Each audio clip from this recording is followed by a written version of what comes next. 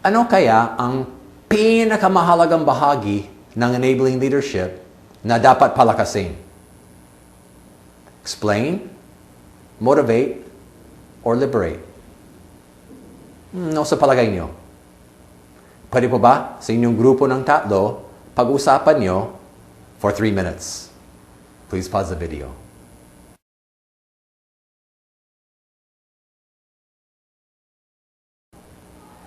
Okay, masigla yata ang discussion nyo. Alin ang pinakamahalaga na dapat palakasin? Palagay ko, may nagsabi sa inyong network, pinakamahalaga ay explain. Tama po yan. Pinakamahalaga ang explain. Kasi kung hindi alam ng tao kung anong gagawin, hindi na-explain sa kanya, walang magagawa. So, pinakamahalaga ang explain. Teka. Kaya lang, kung nag-explain, pero kung hindi siya motivated, walang mangyayari. Yun. Kaya ang pinakamahalaga ay motivate. Yun. Pag motivated na ang tao, yun. Kikilo siya talaga. Oo. Pinakamahalaga, motivate. Kaya lang, kung motivated siya, gagawin niya at hindi niya alam kung anong gagawin dahil hindi nag-explain na mabuti, baka mas makakasira kaysa makatulong. So, hindi motivate. Hindi motivate. Yun. Ang pinakamahalaga ay liberate. Talagang malaya siya para tuparin niya yung vision ng Diyos para sa buhay niya. Liberate ang pinakamahalaga na dapat palakasin. Yun. Kaya lang, kung hindi niya alam kung anong dapat gawin dahil hindi nag-explain, at kung hindi siya motivated, liberated, pero walang mangyayari. So, hindi rin yan. Alin kaya ang pinakamahalaga na dapat palakasin? Ay, parang narinig ko doon sa inyong network, may nagsabi, lahat! Lahat po ba? Mas malapit ang sagot na lahat sa tama. Pero hindi pa rin yan. Hindi lahat ang sagot. Ito po ang sagot.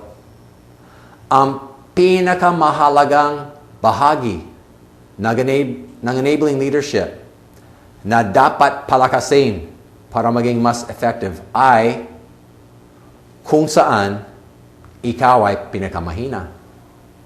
Yun. Yun.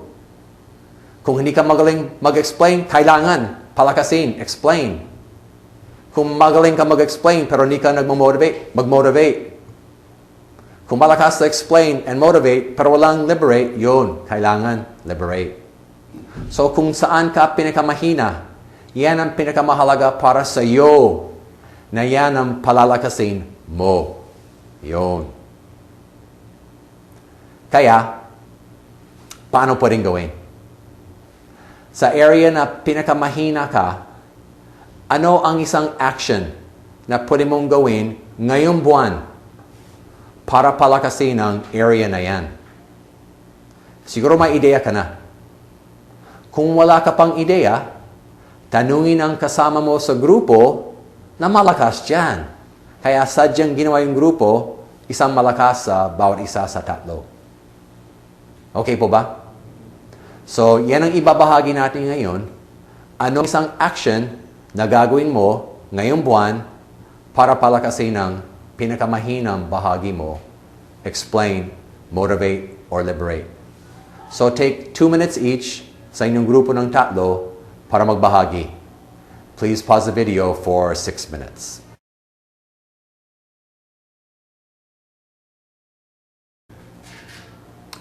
Manalangin na po tayo.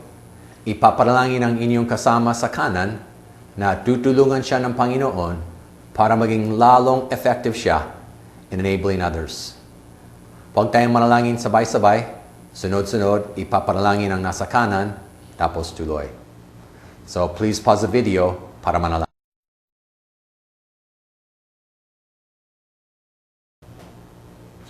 Maghanda. Maghanda po tayo. Okay po ba? Next network meeting, mag-share tayo kung kumusta ang ating progress para palakasin yung pinakamahinang bahagi bilang enabling leadership. Okay po ba? Next meeting, bawat isa ay mag-share sa grupo.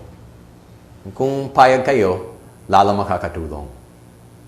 Tapos sabi din dito sa page 157, use the tool.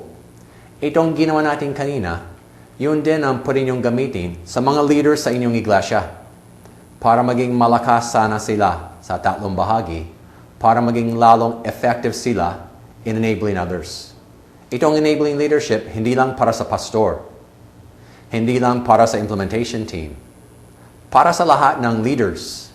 Yung role ng leader, mag-equip, mag-enable siya sa iba para sa kanilang ministry.